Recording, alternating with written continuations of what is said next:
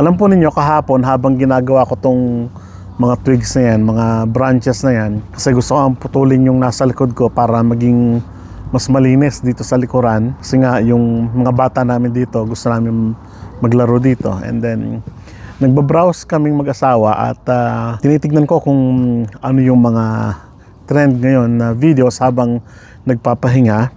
At nakita ko doon yung isang page, yung Regina Rant and Rave kung tawagin natin. Yun yung kanilang post. Pero hindi po ako member doon at tinitignan ko lang. So it so happened na dito sa area namin ay hindi ko alam kung daming nagra-rant. Ang daming nagre-reklamo sa kung ano-ano mga bagay. Habang nagbabrowse ako ay nakita ko yung isang post ng isang taga Saskatoon at talagang nagra-rant siya. At ang nirarant niya o ang kumbaga inireklamo niya, kumbaga binabandera niya na hindi raw siya makahanap ng trabaho both Regina and Saskatoon. Dahil gusto niyang bumalik muli sa pagtatrabaho kahit na sa mga fast food chains lang daw. Yun ang ano niya, yun ang kanyang rant. At hindi natin ito kababayan, hindi ito Filipino kundi Canadian citizen. At maraming nag-agree sa kanya na kesyo ang Canada daw ay puno na ng mga tao at hindi na isinaalang-alang yung mga nandito sa Canada. At binigyan pansin pa nila yung bagong administration and so on. Napakarami nilang na mas pinapaboran daw ng gobyerno ng Canada sa kasalukuyan yung mga immigrant na katulad po natin, no?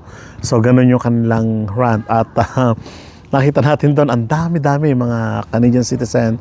Well, hindi natin pinag-uusapan ng race o yung political subdivision or division ng isang lipunan, kundi ang concern natin dito ay yung trabaho o yung kung paano makaka-engage ang bawat isa sa trabaho. So yun ang kumbaga nasa isip ko agad. So pinigilan ko yung sarili ko na mag-comment at magbigay ng anumang haka-haka o kuro-kuro na maaring pagmula ng iba pang usapin. So hindi kami, basta nag-usap lang kami mag-asawa at pinag-usapan namin yung tungkol sa side naman ng syempre nating mga immigrant, ano.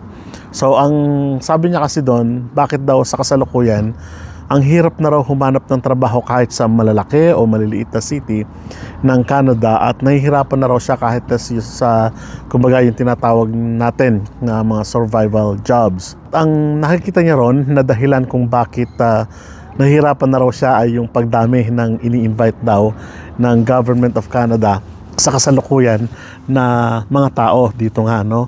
So ganun yung kanyang mga usapin, ganun yung kanyang mga litanya kumbaga, no. So napakarami, no.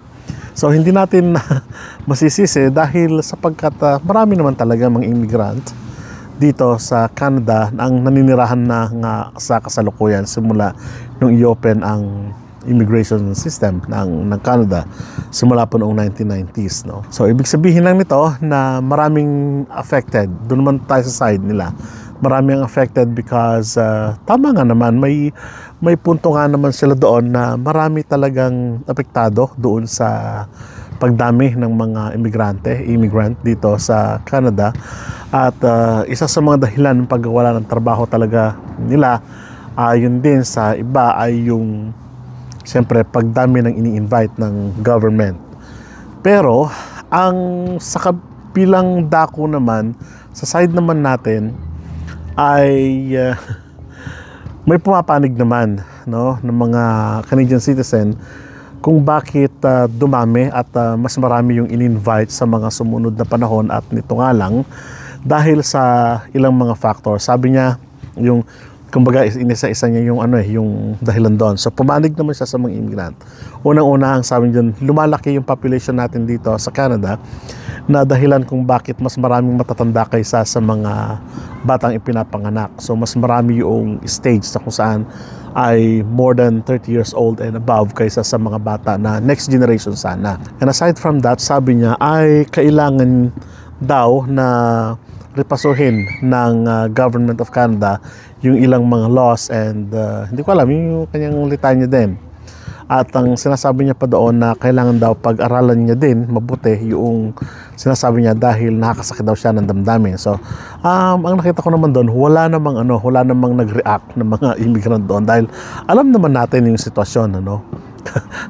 Na meron pa nga siyang sinabi doon o yung ibang mga tao doon na ang sabi nila, paano naman i-hire yung mga tao na papasok sa trabaho, amoy weed o amoy marijuana, paano man papasok yung mga tao na laseng, kumbaga, paano naman papasok yung mga tao, paano naman tatanggapin yung mga tao na kulang sa qualifications and so on and so forth.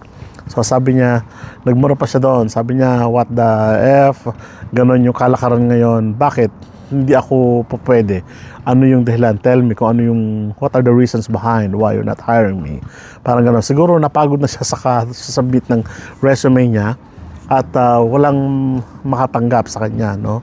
Walang makakuha sa kanya. Sabi nga, kahit sa McDonald's, hindi ako makapasok kahit na minimum wage. So, bakit ano ang problema sa aming mga, binanggit niya doon, ay mga citizen na ng Canada at naninirahan na dito sa Canada, na pinanganak na talaga dito. So, ang comment naman nila doon sa baba, hindi na tinitignan ng Government of Canada yung status ng mga Indigenous Peoples of Canada, ng mga citizens ng Canada, blah blah blah and so on and so forth. So ganun yung mga litanya na. So kumbaga doon sa mga comment sections medyo talagang umiinit na yung balitaktakan doon, pero natural pa rin, hindi pa rin kami nag-comment. Again, sabi naman ng isang employer doon na Canadian din, yun nga yung sabi niya na paano ko naman i-hire ang isang tao na papasok na nakamarihuana, laseng, matutulog lang sa trabaho at uuwi ng maaga kasi masakit ang katawan and so on and so forth dahil kagaling ng party ng inuman ng kinagabihan. So ganoon naman. Marami nag-agree sa kanya doon sa punto na yon kasi nga ang katotohanan niyan ay may mga porsyento talaga na ganoon. Hindi naman lahat. Sinasabi ng employer, hindi naman lahat. Not all, sabi ng employer. At nakita lang sa iba, no? Kasi kapag may profile ka na gano'n ang yung, kumbaga kasi dito mas madali kasing hanapin yung pangalan mo in terms of employment. So kakalkalin lang nila sa CCRA and so on and so forth kung ano-ano yung mga trabahong pinasukan mo na, bakit gano'n, bakit ganyan, nakarecord lahat, no? So gano'n kadali hanapin yung pangalan kapag ikaw ay nag-a-apply dito. So i-check yung background mo kung saan-saan ka nagtrabaho, and of course kukuha na sila ng feedback doon sa mga trabahong pinasukan mo na, no? So gano'n naman. Isa pa sa comment doon ng isang employer ay ang sabi niya, binibigyan namin kayo ng trabaho, parang ganon, pero inaayawan ninyo. So saan kami kukuha ng workers namin? Siyempre mag-hire kami from other countries, no? Binibigyan, halimbawa, yung mga trabaho na kung saan ayaw yung trabahuhin, edi ibibigay namin sa iba. Halimbawa, sabi niya, yung cleaning job, sino yung mga naglilinis dyan, sino yung mga cleaners natin dito?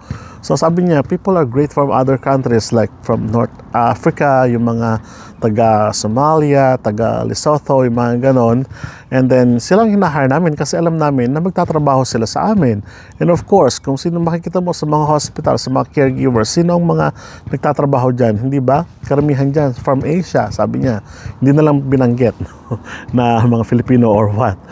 Pero maraming maraming nag-comment doon, kumbaga, na halimbawa, mga caregivers, I would rather, sabi niya, kumuha ng mga caregivers from the Philippines na talagang, kumbaga, dedicated doon sa kanilang trabaho kaysa naman sa mga taga dito. Sabi niya na wala namang puso sa pagtatrabaho, lalong-lalo na, sabi niya, yung magulang ko ay matanda na, so lalagay ko sila sa caregiver pagdating ng panahon, at gusto ko na safe yung magulang ko pagdating sa ganong edad na, parang ganon, dahil nag-usap, ganon. So ibig sabihin, sa totoo lang, marami talagang trabaho ang inaayawan ng mga nandito na. For instance, yung sabi natin, yung sabi pa nga ng iba, yung mga survival jobs, sa barista, sa pagtitimpla ng kape, doon sa tinatawag natin sa grocery shops and so on, retailer shops, karamihan ay mga banyaga na. Ibig sabihin, tayo mga Filipino, mga immigrant na kung saan talagang ginagrab natin yung opportunity para makapagtrabaho tayo, hindi po ba?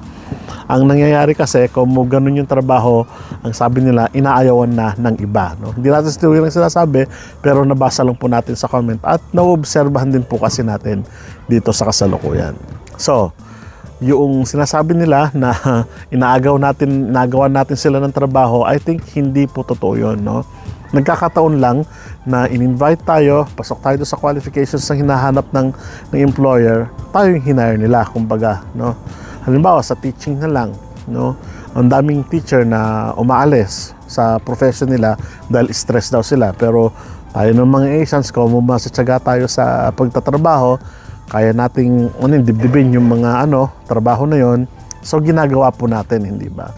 So ganyan naman yung side ng iba, no, na nakita natin. So natatawa na lang ako habang nagkakape ko dito kahapon. Nakikita ko yung mga usapan nila. Natatawa na lang ako. So sabi ko, bahala na sila kung anong isipan nila. Basta tayo ay nagtatrabaho po tayo ng marangal at maayos dito sa Canada. So nakipanirahan tayo ng mapayapa at nakikisang-ayon tayo sa kung ano ang nararapat natin gawin, ano? So pag narinig niyo po yung mga ganong litanya, hayaan niyo na po. Ang mahalaga, kapag in-invite kayo na magtrabaho kayo dito sa Canada, go for it. Grab the opportunity na makapagtrabaho. So maraming salamat po at kita-kita po tayo sa mga susunod na vlog. Sa muli po, paalam.